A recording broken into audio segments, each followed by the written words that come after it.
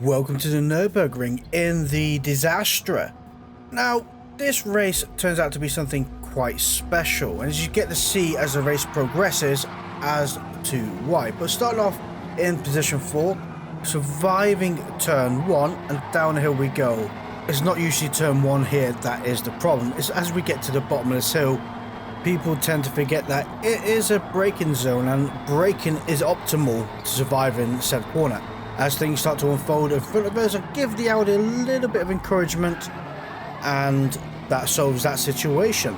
You get to see that the Audi is a little bit under pressure with the way they are driving. As you can see, they're really sending it, and that kind of pressure or knowledge of pressure is what's really going to help us out here. And the other thing that's going to help us out is what's happening behind us, as that creates us a little bit of stale area.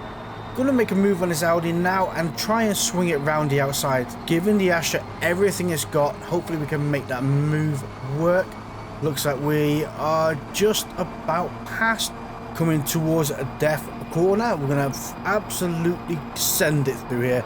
Not brake, really catching up to the Audi up in front, hard on the brakes, almost running into the back of them as we just about survive that corner there. So balls to the wall, brave is all I can say, getting right up behind this Audi. And the biggest issue with being this close to a car up in front in this view is you cannot see anything. So I'm just going to back off, give a bit of space so I can see what's going on. But let's kind of stick my nose in here, see if we can make a move work, but ultimately back out just to want to survive. And what the Audi doesn't do behind is survive that corner there. Not helpful for them, but helpful for us. It creates us a 1 second gap from the car behind, as I do end up running into the back of the Audi ever so slightly. With Koftok Kebab running the Veloster, or the fart can as I like to call it, it's kind of got me thinking we're going to be under a lot of pressure here, because this Astra isn't exactly the fastest, whereas the Audi is going to be faster.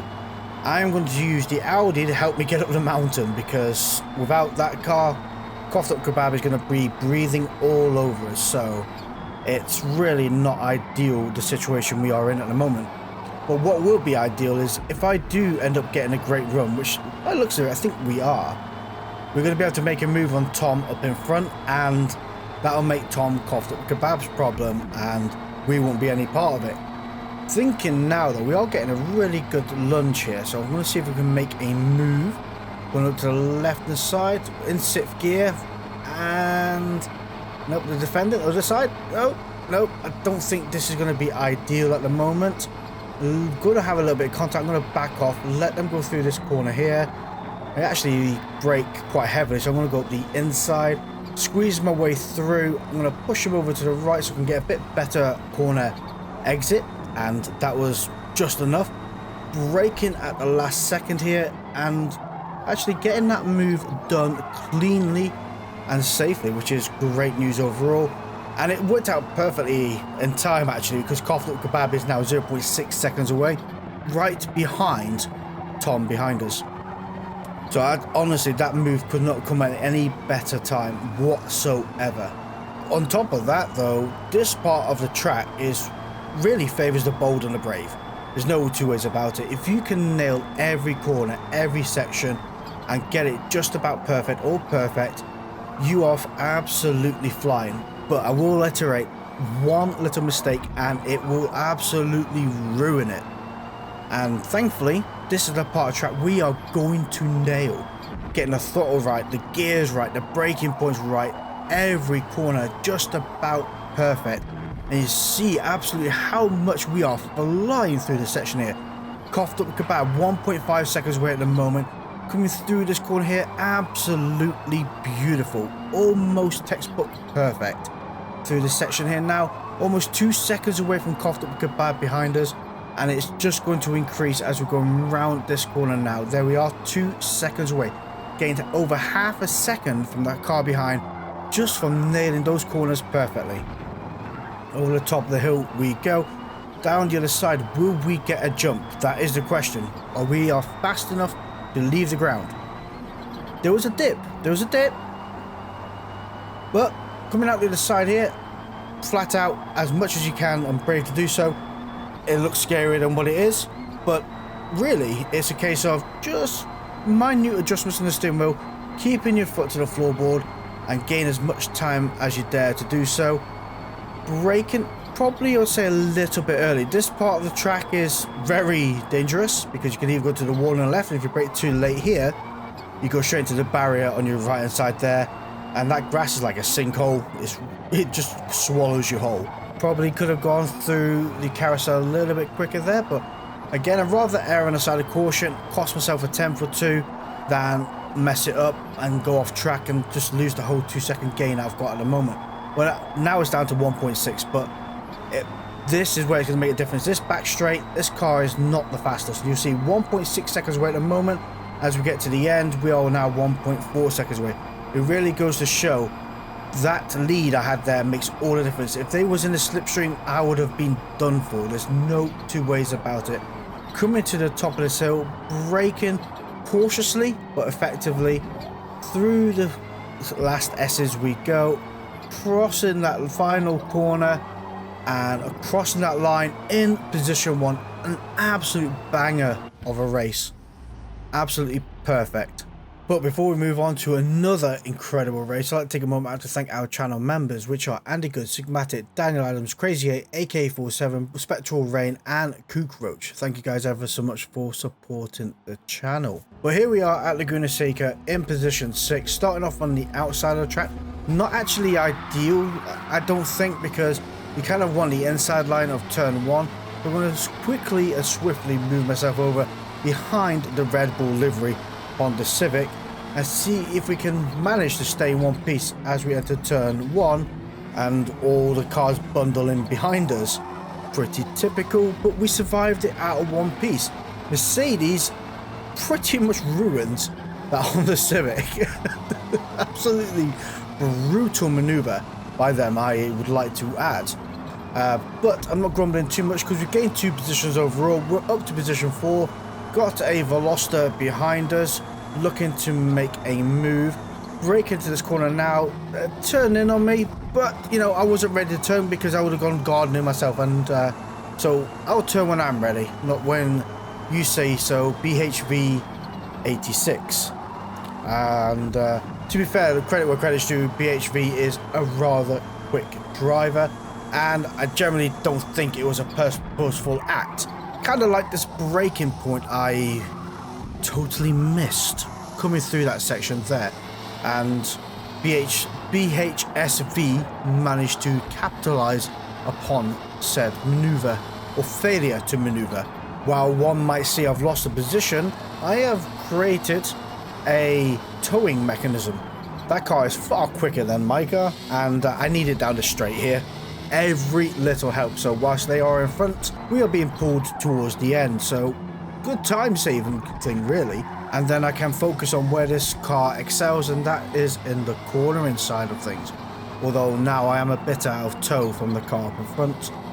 I think really overall we're going to kind of struggle in this race because there's a lot of Velosters, and being in the Astra, yeah, I think still speed dominates here over cornering abilities. Don't get me wrong, I'm definitely faster in the corners as I've caught up to the cars up in front, but yeah, this car could just do with a few extra horsepowers. Thankfully though, the cars behind are far enough away now, they're no longer a threat to us. We just need to focus on what's going on ahead of us at this precise moment. BHSV has a battle upon them. 2 Velosters arguing with each other, and I'm just sat back here watching it all develop. Hopefully something goes wrong and we can capitalize upon that, because we really are only 2 places away from a podium position at the moment. BHSV a little bit slow to that corner, so give them a bit of encouragement to start battling again with that car up in front. I don't want to battle with anybody, not unless I have to. If I can get someone else to do the dirty work, it might as well encourage the situation to develop. Coming into the corkscrew, braking at the optimal point. MG has a moment, MG goes in front, and I destroy the MG. Yeah.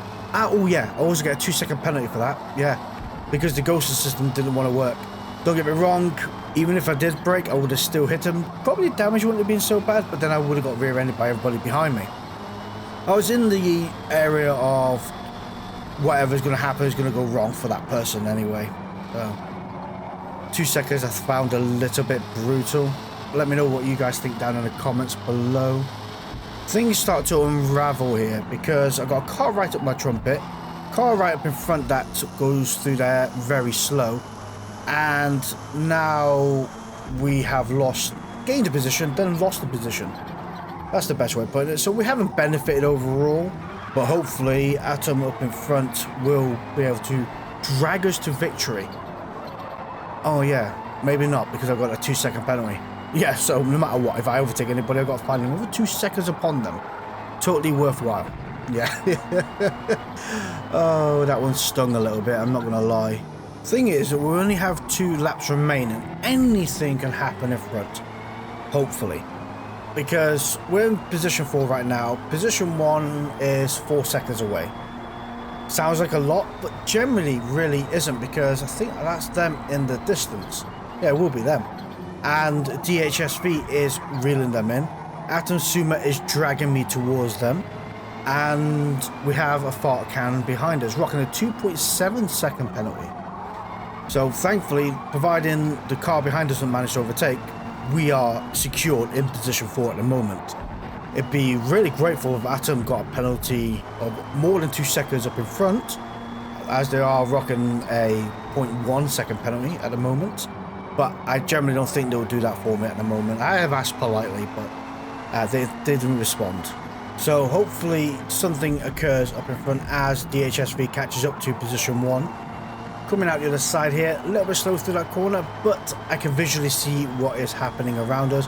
And we all have a great bit of stale area to work with, and we're still within the toe of the car up in front. Through the corkscrew we go, braving as much of the track limits as I can or dare to do so.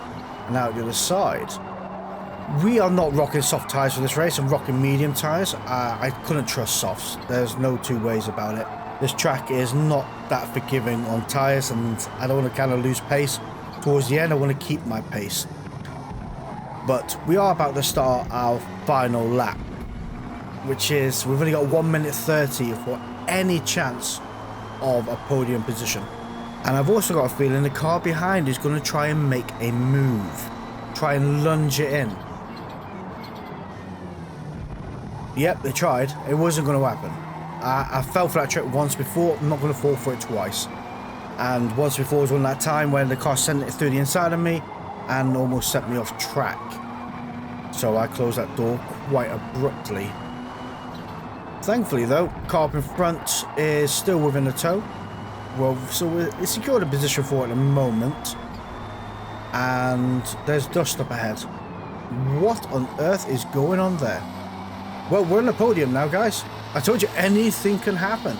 BHS V86 and the other car had a moment, and they also had another moment. We're in position 2. Holy crap, that came out of nowhere. I'm not grumbling, just need to make these final corners connect, keep away from the car behind, don't get any more penalties, and we got P2 in the bag. I mean, over the moon with that position. Would P1 be awesome? Oh, of course it would. Of course it would. But rocking, oops, sorry bud. Rocking this 2 second penalty, it's not going to happen, is it? Frustratingly enough. Oop, brake. They braked a little bit earlier.